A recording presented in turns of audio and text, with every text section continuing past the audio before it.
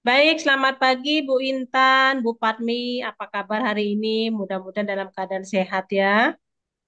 Selamat pagi, Ibu. Selamat pagi Ibu Rita. Ya, sebelumnya saya sampaikan pada praktik coaching kali ini yang bertindak sebagai pengamat yaitu saya sendiri. Bu Intan bertindak sebagai coach dan Bu Padmi bertindak sebagai coachee. Sebelum praktik, kita mulai. Yang pertama akan saya amati adalah alur tirta. Mulai dari tujuan, identifikasi, rencana aksi, sampai tanggung jawab. Yang kedua adalah kompetensi coaching apa yang dimiliki oleh Ibu Intan. Kalau boleh tahu, Bu, pada kesempatan kali ini, kompetensi coaching apa yang ingin dikembangkan? Baik, terima kasih Bu Rita. Untuk kompetensi coaching yang ingin saya kembangkan yaitu yang pertama tentunya kehadiran penuh, kemudian mendengarkan aktif, dan yang ketiga tentunya mengajukan pertanyaan berbobot itu. Iya, berarti ada tiga kompetensi nggak coaching yang akan Ibu kembangkan. Nah, dari ketiga kompetensi itu, mana yang secara spesifik ingin diobservasi? Baik Ibu, dari ketiga kompetensi tadi, mungkin yang akan saya ambil untuk dapat Ibu observasi atau Ibu supervisi yaitu mengajukan pertanyaan berbobotnya. Oke, baik. Dari kompetensi yang Ibu ambil tadi, pertanyaan berbobot, apa indikator ketercapaian Bu Intan yang Bu Intan inginkan dan mengajukan pertanyaan berbobot? Baik Ibu, harapan yang saya inginkan tentunya melalui pertanyaan berbobot ini, itu yang pertama, saya sebagai coach dapat mengarahkan coach saya untuk dapat menggali potensinya sendiri Ibu. Dan coach saya mendapatkan solusi dari permasalahan yang dihadapinya saat ini. Dan yang Mbak, kedua, tentunya saya bisa memunculkan ide-ide baru dari coach saya itu. oke, berarti Bu Intan ingin nanti Bu Padmi sebagai coach bisa menggali potensinya dan mendapatkan solusi dari permasalahannya, serta memunculkan ide-ide baru yang ingin dikembangkan, ge. Betul-betul sekali Ibu. Oke, untuk waktunya saya persilakan kepada Bu Intan dan Bu Padmi untuk memulai praktik coachingnya. Kami, ya, dipersilakan. Baik, terima kasih Ibu. Terima kasih, Bu. Halo, selamat pagi Bu Padmi. Selamat pagi, Bu Intan. Baik, kemarin Ibu sempat menghubungi saya ya, katanya ada hal yang ingin dibicarakan. Nah, apa nih hal yang ingin Bu Padmi bahas bersama saya hari ini? Terima kasih, Bu. Begini nih, Bu. Belakangan ini saya melihat bahwa murid-murid saya sering sekali kurang fokus dan kehilangan motivasi belajarnya saat jam pelajaran di siang hari. Nah, saya khawatir nih, Bu, akan berdampak pada hasil belajar mereka. Seperti itu sih, Bu, yang ingin saya obrolkan hari ini. Oh gitu, berarti Bu Padmi melihat bahwa motivasi belajar siswanya menurun pada saat jam pelajaran di siang hari. Begitu Bu ya? Apakah ada permasalahan lain lagi Ibu? Kalau permasalahan lain ada sih, Bu. Saya sering kali melihat siswa saya mengantuk saat pembelajaran. Bahkan ada sampai yang tertidur di kelas, Bu, saat saya mengajar. Oke, berarti motivasi itu menurun Ibu lihat dari anak yang tertidur saat jam pelajaran seperti itu Bu ya. Nah, ini nih Bu ya Bu Patmi karena waktu kita sedikit ini Bu Patmi ya. Jadi saya ingin menanyakan Bu Patmi dulu apa sih yang ingin Bu Patmi capai dari obrolan kita hari ini? Yang ingin saya capai dari obrolan kali ini, Bu, karena saya ingin sekali melihat murid-murid bersemangat dalam belajar di siang hari. Saya ingin menemukan cara, Bu, untuk meningkatkan motivasi mereka selama jam pelajaran siang, sehingga mereka bisa belajar dengan lebih baik. Oke, berarti gitu ya. Jadi tujuan yang ingin Ibu capai dalam obrolan kita kali ini adalah meningkatkan motivasi belajar siswa Ibu di jam pelajaran siang. Seperti itu ya, Bu? Ya, benar sekali, Bu. Supaya motivasi belajarnya tinggi, supaya dapat mengerjakan dan mengumpulkan tugas yang diberikan oleh guru. Jangan sampai tingkat pemahaman akan materi pelajaran mereka menjadi tertinggal dari murid-murid yang lainnya saat pembelajaran di jam siang, Ibu. Oke, baik. Nah, kalau dari pengamatan Ibu Fatmi sendiri, murid-murid yang dikatakan memiliki motivasi belajar itu seperti apa sih, Bu? Bisa dijelaskan? Kalau menurut saya sih, Bu, ya, murid yang dikatakan memiliki motivasi untuk belajar itu apabila mereka aktif, baik bertanya maupun mengerjakan tugas yang diberikan oleh guru. Seperti itu sih, Ibu. Oke, jadi murid yang memiliki motivasi belajar itu adalah murid yang aktif, kemudian sering bertanya dan mengerjakan tugas. Baik, selain itu ada lagi nggak, Bu? Kira-kira yang menjadi kriteria bahwa murid itu memiliki motivasi belajar. Apa ya, Bu, ya, mungkin memiliki catatan saat guru memberikan penjelasan, mereka mencatat di buku catatannya mungkin, Bu, yang bisa saya apa namanya tahu tentang motivasi belajarnya mereka. Oke, jadi ada 4 ciri ya yang bisa Ibu lihat jika siswa itu memiliki motivasi belajar yang tinggi, yaitu aktif, kemudian bertanya, mengerjakan tugas dengan baik, dan mencatat materi yang diberikan. Seperti itu, Bu ya. Nah, kalau idealnya murid yang memiliki motivasi belajar seperti itu di angka 10 nih, Bu ya.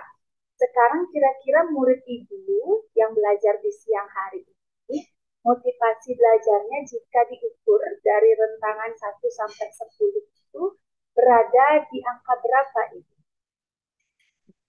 Kalau menurut saya sih, Bu, kalau kondisinya seperti ini, anak-anak yang apa namanya kurang aktif dalam belajarnya di siang hari itu kira-kira kalau dirata-ratakan masih di angka 6 sih, Bu, kalau menurut saya. Berarti menurut Ibu, motivasi belajar anak-anak Ibu di siang hari itu berada di angka 6. Seperti itu. Ya. Nah, kira-kira menurut Ibu, apa yang menjadi penyebab atau kendala sehingga anak-anak itu berada di angka 6? Bisa Ibu teliti kira-kira apa yang menjadi kendala sehingga dia di angka 6? Kalau saya pikir sih, Bu, ya mungkin salah satunya adalah karena suhu yang panas, Bu, ya di siang hari dan mereka merasa lelah setelah jam istirahat mereka bermain-main di luar, kemudian mereka mulai kembali masuk ke kelas untuk belajar. Mungkin itu yang menyebabkan mereka menjadi menurun motivasi belajar. Oke, berarti dari pengamatan Ibu yang menjadi penyebabnya itu adalah suhu yang panas dan mereka merasa kelelahan seperti itu, Bu ya, setelah melakukan apa namanya kegiatan istirahat. Ya. Nah, selain itu kira-kira ada nggak faktor lain yang mempengaruhinya, Bu? Kira-kira dari pengamatan. Oh ya, Bu. eh Juga mereka merasa kurang tertarik mungkin, Bu, ya dengan materi yang saya ajarkan. Padahal saya sudah mencoba variasikan metode pengajaran untuk mereka, tapi sebenarnya itu belum cukup, Ibu. Baik, berarti Ibu tadi dapat mengamati bahwa penyebabnya itu adalah anak-anak karena suhu yang panas di siang hari, kemudian mereka kelelahan bermain dan juga Ibu menyadari adanya kurang ketertarikan siswa terhadap materi yang Ibu ajarkan seperti itu ya. Nah, untuk mencapai angka 10 itu sepertinya agak susah ya Ibu ya, karena kan dari 6 itu kategori kita ke 10 sebenarnya agak jauh. Nah, kalau Ibu sekarang kalau menurut Ibu, Ibu ingin jika Ibu menemukan solusi ini ya, Ibu ingin anak-anak Ibu itu naiknya sampai di angka berapa, Bu? Untuk mengetahui tingkat motivasi belajar mereka meningkat. Intinya naik di level berapa, Ibu? Kalau dilihat dari kondisi anak-anak belajar di siang hari, Bu, ya mungkin kalau di angka 8 itu sepertinya sudah baik, Bu, kalau dilihat dari kondisi belajarnya, Ibu. 8, Bu ya. Berarti Ibu dari 6 itu ingin mencapai 8 saja sudah cukup seperti itu, Ibu ya. Nah, uh, apa yang bisa Ibu lakukan? Nah, dari Ibu melihat penyebabnya tadi Ibu, kira-kira apa yang terpikirkan oleh Ibu untuk dapat Ibu meningkatkan motivasi belajar murid itu dari angka 6 ke angka 8? Nah, itulah masih saya pikirkan, Ibu. Sebenarnya itu yang saya pikirkan, saya masih bingung. Oke, baik. Tadi Ibu mengatakan penyebabnya itu karena murid merasa kepanasan gitu ya, belajar di siang hari. Kemudian mereka kelelahan karena setelah bermain di jam istirahat. Dan juga Ibu kurang, apa namanya, murid kurang tertarik dengan materi yang Ibu ajar. Nah, dari hal itu, kira-kira murid itu ingin diperlakukan seperti apa Bu kalau di jam pelajaran siang agar motivasi belajar mereka menjadi aktif, baik itu dari mengerjakan tugas, kemudian aktif bertanya dan mencatat pelajaran yang didapat. Seperti apa itu? Ingin diperlakukan bagaimana anak-anak ini? Sebenarnya mungkin eh, bagaimana kalau saya bisa mencoba metode pembelajaran yang lebih interaktif mungkin Bu ya, seperti diskusi kelompok atau permainan edukatif karena melihat dari kondisi anak-anak yang sudah mulai bosan mungkin Bu ya dan jenuh di saat jam siang hari. Mungkin saya bisa memberikan mereka permainan edukatif di siang hari Bu. Oke, berarti Ibu ingin melaksanakan pembelajaran yang lebih interaktif begitu Ibu ya, yang lebih mengedepankan peran siswa di sana Ibu ya. Iya, Baik, seperti seperti apa apa nanti nanti yang yang bisa bisa Ibu Ibu laksanakan? rencanakan? Saya ya sih Bu, saya bisa merencanakan beberapa aktivitas kelompok yang melibatkan siswa lebih aktif di dalamnya Bu. Baik, kira-kira rencana yang mana yang dapat Ibu lakukan dalam waktu dekat ini, Bu? Untuk waktu dekat ini mungkin saya bisa merancang kegiatan pembelajaran interaktif mungkin Bu terlebih dahulu sebelum saya menerapkannya ke dalam kelas. Oke, baik, yang akan Ibu lakukan pertama adalah merancang kegiatan pembelajaran interaktif. Nah, selain itu, ada lagi yang bisa Ibu lakukan dalam waktu dekat ini? Setelah merancang kegiatan pembelajarannya, Bu, mungkin saya akan merancang pengelompokan murid dalam kegiatan pembelajaran, Bu. Tambahannya seperti itu. Oke, berarti Ibu akan mendesain perencanaan pembelajaran yang akan Ibu terapkan di kelas seperti itu ya. Nah, kapan kira-kira hal itu bisa Ibu lakukan? Tepatnya Eh, kapan? Secepatnya mungkin, Bu. Ya, mungkin minggu-minggu ini supaya tidak terus-terus seperti itu anak-anak. Mungkin secepatnya saya akan lakukan itu, Ibu. Oke, baik. Kira-kira Ibu dalam mengerjakan atau merealisasikan perencanaan pembelajaran ini, apakah Ibu membutuhkan bantuan dari pihak lain seperti itu? Bisa Ibu paparkan? Kira-kira Ibu memerlukan bantuan tidak dari guru-guru lain atau yang rekan lain untuk merealisasikan rencana tersebut? Tentu saja Ibu, saya akan minta bantuan dari rekan-rekan saya di sekolah.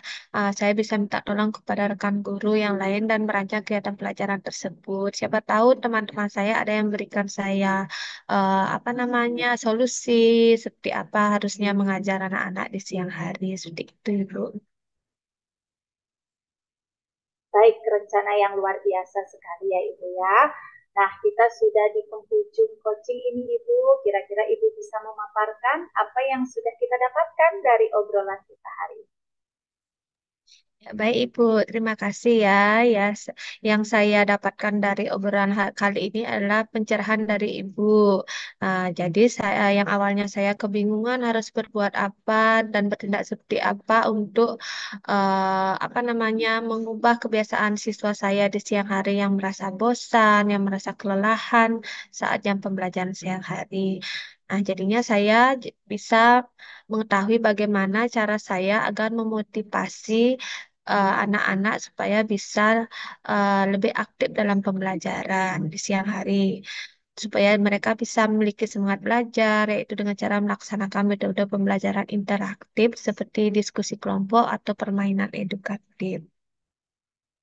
Oke, baik.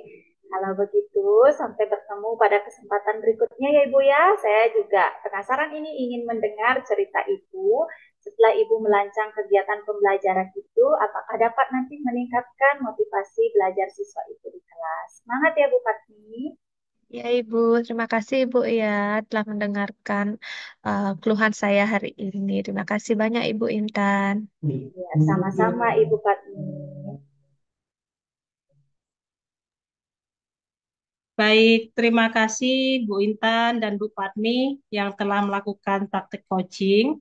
Di sini saya sebagai pengamat akan menyampaikan apa yang sudah saya amati dari praktik coaching yang Ibu lakukan tadi.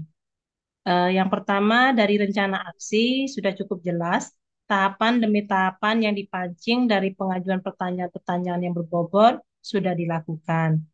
Kemudian, coach juga memberikan pertanyaan yang membantu untuk coachee melaksanakan komitmen dari apa yang sudah direncanakan sebagai bentuk tanggung jawabnya. Yang setelah itu, tadi di awal Bu Intan mengatakan bahwa ingin mengembangkan kompetensi tentang pertanyaan berbobot. Tadi saya sudah amati bahwa sudah tampak sekali Bu Intan sudah mengajukan pertanyaan berbobot sehingga dapat memunculkan potensi dari coachee, sehingga coachee dapat mendapatkan solusi atas permasalahan yang dihadapinya. Nah, Bu Intan, setelah melakukan coaching tadi, indikator apa yang tampak dari ketercapaian pengembangan yang Ibu Intan inginkan? Baik, terima kasih Bu Rita. Indikator yang tampak dari tadi proses coaching yang saya lakukan, tadi saya sudah menyampaikan beberapa pertanyaan efektif yang menurut saya itu sebenarnya sudah merupakan pertanyaan berbobot. Dari pertanyaan berbobot itu, harapannya tentu bagi saya, Ibu Patmi, bisa mendapatkan solusi dari permasalahan yang dihadapi. Dan Koci juga bisa memunculkan ide-ide segar tadi. Nah, itu sudah nampak ada beberapa ide baru yang dimunculkan oleh Koci saya, Ibu Patmi. Seperti itu, Ibu. Iya, baik Bu Intan. Untuk coaching yang akan datang, kompetensi apa yang ingin Ibu Intan kembangkan berdasarkan pengalaman pada coaching kali ini? Baik, kompetensi yang ingin saya kembangkan lagi yaitu saya bisa mendengarkan aktif, kemudian dapat melakukan kehadiran penuh dalam proses coaching, dan saya juga semoga bisa lebih baik lagi Bu dalam mengembangkan kompetensi tersebut. Semoga kompetensi saya dalam mengajukan pertanyaan berbobot yang sudah dapat saya munculkan dalam coaching kali ini itu dapat dikembangkan lagi Bu pada proses coaching-coaching berikutnya. Baiklah, karena waktunya sudah cukup, saya ucapkan terima kasih atas praktik coaching kali ini.